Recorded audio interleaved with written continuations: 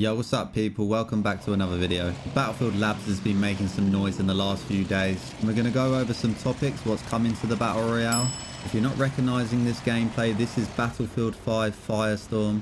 A lot of people that know me will know about this game, but if you don't, this is DICE and EA's first go at a Battle Royale. And I've been playing this game for many years, but I haven't been playing a whole lot recently, but this was one of my most recent wins on this game. Enjoy the gameplay and let's get into the Battlefield news. So EA have been doing playtesting with the Battlefield Labs, and this is a program allowing players from anywhere in any continent to come and play and trial the Battle Royale for Battlefield. It's a really cool idea because it allows players to give feedback, it allows improvements, and it just allows all-round greatness for a game to succeed in so many ways. Now this is all alleged, so don't take my words as the truth. There's a whole load of leaks, speculation and everything going on online.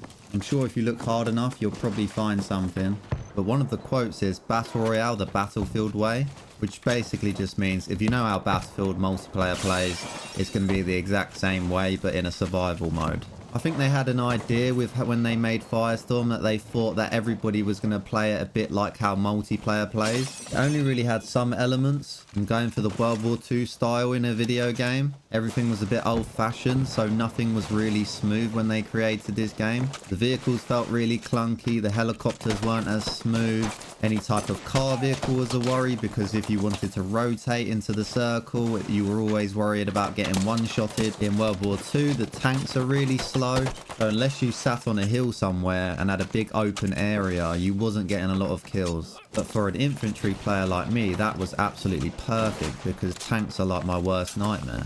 By the way, if you didn't realise, I'm getting chased by teamers in this area. And if you didn't know what that is, they're basically cheating by playing solos but as a duo. Which is a whole nother reason to talk about the anti-cheating Battlefield, which hopefully they can fix all the mistakes they made in Battlefield 5. But back onto the vehicles. Battlefield 6 Battle Royale, they're clearly going for the all-out destruction. They're making it more aware that they want the Battle Royale to have everything going on at once, where there's a portion of the one bit on the map where something's happening and another bit where there's all tank fights or some sort of thing going on over that way. So they can basically fill all of those small quiet areas, unlike Firestorm where there's just big empty space or just general fighting or just missions to complete to keep you active in the BR and get you moving.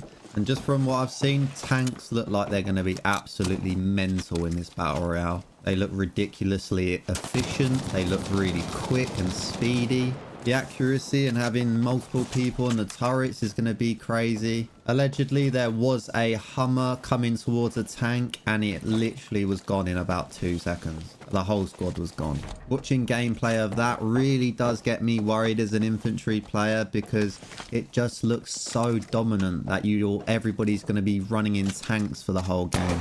With metas and other areas where people can exploit, we've seen it on Firestorm where if you sit in a tank in the end game and there's a big open area, it is really hard to fight against. But there are many ways around it in Firestorm. But in Battlefield 6, from what I'm seeing, it looks like you're incredibly against the odds. Especially the PC players. When you've got a mouse and a keyboard, that mouse free aim with a tank is unreal. Now, I did play on console for the majority of Battlefield 5, but I did get a lot of time and experience on PC as well. From all the gathered time that I did play on PC, watching PC players, especially average PC players, use a tank. Playing against players like that, especially average players, was really difficult because of what the definition of a tank is just absolute destruction. So especially having cross-play on by default, which is what they've encouraged. Now they're saying to keep cross-platforms on because they want to increase the numbers, because it does look like they're going to have all game modes, including solos, trios, duos, quads. From their perspective, they do want to maximize the amount of players playing and get you in quicker lobbies, because we all knew what those Firestorm wait times were like. But knowing what console players are like and talking to them, they don't want to play against PC players. One, your average dad or work person wants to come home, chill out and get on the game and play. They don't want some insane tank master chief that's been playing 2,000 hours on Battlefield and they can just destroy you within a second.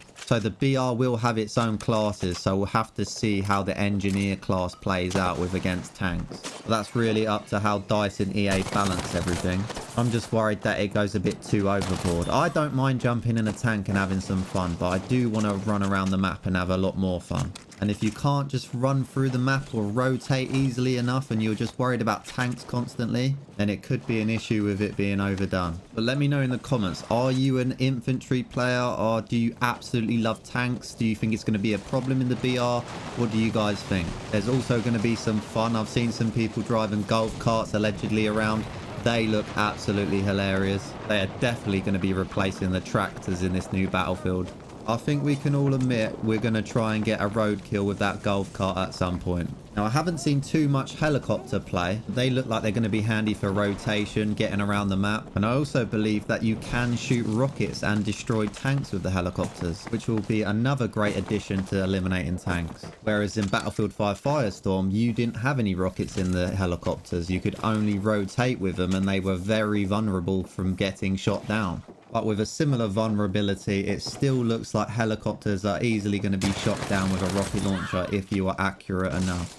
Now, it looks like we're going to get a reinforced Jeep to go around the map, which is a lot better than the Schwimmwagen that we got on Firestorm. Now, onto the redeployment, second chance, revives, whatever you want to call it. We are finally getting a second chance in a Battlefield Battle Royale. I remember in an old patch notes on Firestorm, they were talking about some sort of second chance where you could go and shoot a flare or something like that to get someone back in the game. It obviously never happened, and a lot of updates didn't happen, to be honest, on Battlefield Firestorm. But they are finally introducing it in a system where you can go to a redeploy beacon and get all your squad back in the game. This means unlike Warzone, you won't be going to a buy station and buying back with cash. You can literally just go to this redeploy beacon and get your squad back in the game. Now, I'm not too sure if there's a timer on this, how many times you can do it. Is there a part in the game where you cannot do it anymore? Can you do it late in the game like Warzone? It's all speculation. And is this a good thing or a bad thing? Let me know in the comments. But with Firestorm, you didn't have a chance to get back in the game. Once you were dead, you were dead. Now, some people really like this and think that that's how a Battle Royale should play. I'm not one of these. I feel like you should have multiple ways to get back in the game. Maybe a bit of bias there as I'm quite an aggressive player, which puts me in a lot of tough situations and puts me at a high risk of dying. But also the main problem with Firestorm is you would get a lot of squads just going automatically for a finish rather than trying to win a fight, which with a game of Firestorm was about an average of about 25 minutes, which is a really long time to wait, especially when you're dead. Especially when you're forced to watch the Z guy play, and we all don't want that now, do we? No, I'm sorry, bro. I'm all for it. I'm really looking forward to that style. Let me know if this is something you're happy with or you think it should be how the original is played. Now, onto audio. I didn't see a lot of people talking about Footstep audio in the Battle Royale just yet. But to me, when you hear the audio playing in this gameplay right now, Firestorm had some of the most perfect Footstep audio you've ever seen in any gameplay. I'll be honest, I'm not a huge fan of stealthy gameplay. I know, crazy, right? But I feel like if there's a player running or at least walking near you, you should be able to hear that player clearly. Call of Duty for the longest time had a lot of terrible audio. Other Battle Royale games differ. Some were good, some were bad. But the audio in a Battle Royale for me is essential because it allows you to outplay.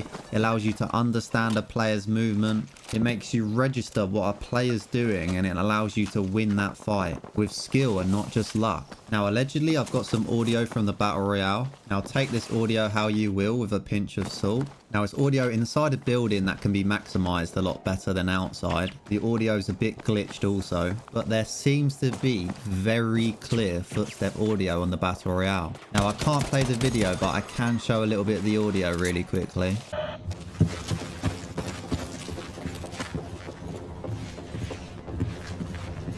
Now that's two people running, obviously himself and the player coming from round the corner from a distance, which is showing promising audio sound for footsteps. Now it's only one clip and it's only a small moment, but that looks very good if that's what the audio is going to be like. Now the fire ring is returning to the new Battle Royale, and it's set to be the deadliest ring in Battle Royale history. Why, you ask? It's because it's going to be a one-hit kill. As soon as you touch that fire, you are out of the game until you get redeployed or you lose. Now, it looks like the firestorm's going to alert you at around 60 meters of when it's closing in. You just really don't want to be near that fire as soon as it's closing. There's going to be no fighting in and out of the circle, going to grab any loot that you miss behind. The circle is now forcing you to rotate early on, so you'll be coming into more contact and a lot more action going in. Now, the objective of the circle is to get a lot more things happening, getting you moving, allowing for more quicker matches, getting you out the game and back into another one. Now, it looks like they're averaging about 15 to 20 minutes of gameplay per game. Now, Battlefield are clearly going in a unique direction with trying something completely different, with the fire being iconic to the Battlefield scene now, and it being even more fiery than ever before. With this being an instant death as soon as you hit the storm, is this a good thing or a bad thing? There's definitely a lot of content to come, and I'll be doing everything Battle Royale related with Battlefield. I hope you've been alright putting up with me today, yapping on. But if you do want to subscribe to the channel or follow me on Twitch, go over to my links in the description. I'm going to be trying to cover all things related to this game mode. I hope you enjoyed the video. I'll be streaming Battlefield 5 and other games on Twitch. I hope you enjoyed the video. Thanks for watching. I'll catch you lot laters.